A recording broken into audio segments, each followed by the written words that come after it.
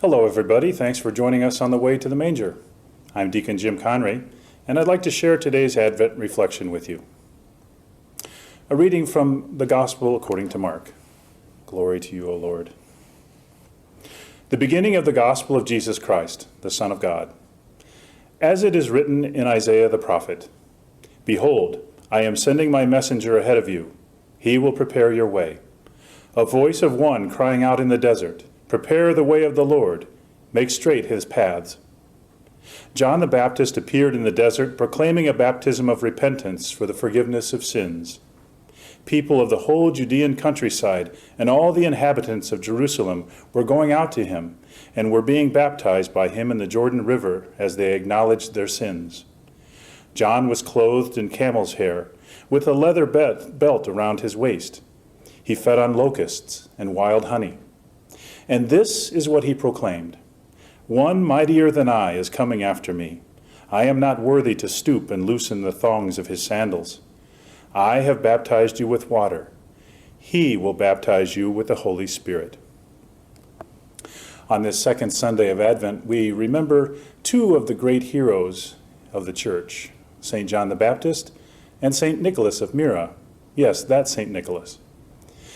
You know, I think St. John the Baptist gets a bad rap. He's looked at as kind of an eccentric weirdo, but there's actually a very good reason why we have some of the details in today's gospel about him. So when we hear that he was clothed in camel's hair with a leather belt around his waist, that's meant to be a sign that he was seen as the new Elijah. So he is the final prophet of the Old Testament.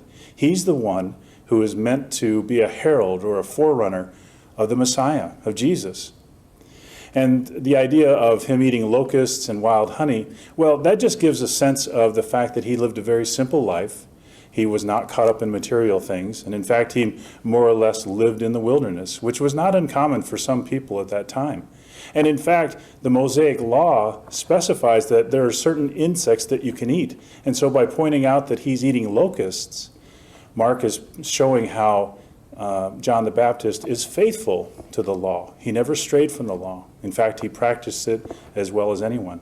So John the Baptist was not some kind of weirdo. In fact, he was someone that was very popular. In fact, if you take a look again at this gospel, we hear that people, the whole Judean countryside and all the inhabitants of Jerusalem were coming out to him to be baptized by him. Well, take a look at a map sometime of the Holy Land. You know, Jerusalem is 20 miles from the Jordan River. And at the time of Jesus, the population of Jerusalem was about 20,000 people. So if 20,000 people are hoofing it 20 miles to the Jordan River just to be dunked underwater by some weirdo, that would be awfully strange. So I think it's incredible, actually, that people were so enthralled by John the Baptist that they were willing to travel that distance just to see him. So far from being some sort of eccentric, he was actually very, very popular. And the same is true of St. Nicholas. St. Nicholas lived in the 4th century in the country that we now call Turkey. And he was born into a very wealthy family. Unfortunately, his parents died when he was young. But when Nicholas became old enough, he was so gripped by Christ that he decided he was going to give away his inheritance to help others. And so there are many stories that arose from his time, first as a priest and eventually as a bishop, and how he helped others. Probably the most famous story is when there was a man who had 3 daughters, but he was destitute. He had no money at all. And he wanted his daughters to get married, but unfortunately in those days, the father was required to give the husband's family what's called a dowry. So this was typically either money or property, and this man had neither. So he absolutely had no money, and there was no hope that his daughters would get married. In fact, it appeared that he would probably have to sell them off into slavery. Well, St. Nicholas heard about this, and very quietly he helped the family. And so one night, he snuck up to the family's house, and through an open window, he tossed in a bag of gold, and he ran away. And the next morning, the man woke up and found this bag of gold and realized that he at least was going to be able to have one of his daughters get married. The next night, the same thing happened. Another bag of gold coming through an open window. And the man is just amazed. But this time the man says, "I want to know who's giving me this gold." And so he decided to lock up his doors and all of his windows so that if somebody tried to come again, he would be able to see them. Well, St. Nicholas realized what he was up to, and so St. Nicholas had one more bag of gold for the third daughter, and this one, in order to get it into the house, he dropped it down the chimney. So that should sound fairly familiar to those of us here in the 21st century. And this is just one of many stories of St. Nicholas's great generosity. He saved not only this family from selling the children into slavery, but there's a number of stories about him saving lives, especially of sailors who were out on the open seas.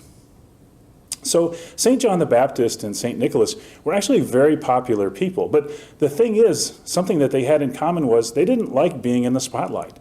In fact, they wanted the spotlight to be shown on Jesus. And so for them, it's not about look at me, it's look at him. And really, that's the way that we should be looking at our lives, right? So just as St. John the Baptist and St. Nicholas presented sort of a window, if you will, into Christ, so too are we called to be windows as well. And the problem is, of course, is that our windows can get dirty, can't they? They get grime and dirt from sin and selfishness. And whenever our windows get clouded like that, people, when they look at us, instead of being able to see Christ, they can't really see anything at all, can they? And so this Advent season, I would like to encourage you to take a look at your window. Is it dirty? Does it need to be cleaned? This might be a great time to get to confession if you haven't been there for a while. And also, it's a good time to just reflect on how some of our words and actions can really either point people towards Christ or point him away from Christ. So when we think about St. John the Baptist, for example, are there times in our life where we have not had the courage to speak about Jesus, to talk about Jesus? Are we afraid to talk about the one who has saved us? Maybe we should take this time and reflect on why is it that we're afraid to talk about Jesus, and ask St. John the Baptist to pray for us so that we can have that courage necessary to proclaim Christ to others. With regards to St. Nicholas, in this time as we get ready for Christmas, sometimes we get so wrapped up into buying gifts and having parties. Maybe this year, let's take a look at things and say, instead of buying one more gift that nobody really needs, but I just want to get for somebody, instead, why don't we take a look and say, well, why don't I take that money, maybe as a family, can my family take that money and give it to somebody who truly needs that money?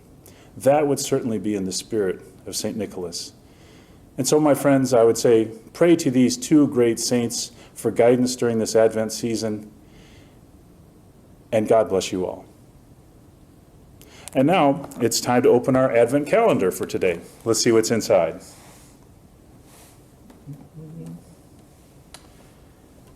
Ironically enough, St. Nicholas. And, for the fat deacon, some treats. Please join us again tomorrow as we journey together on the way to the manger. Have a blessed day.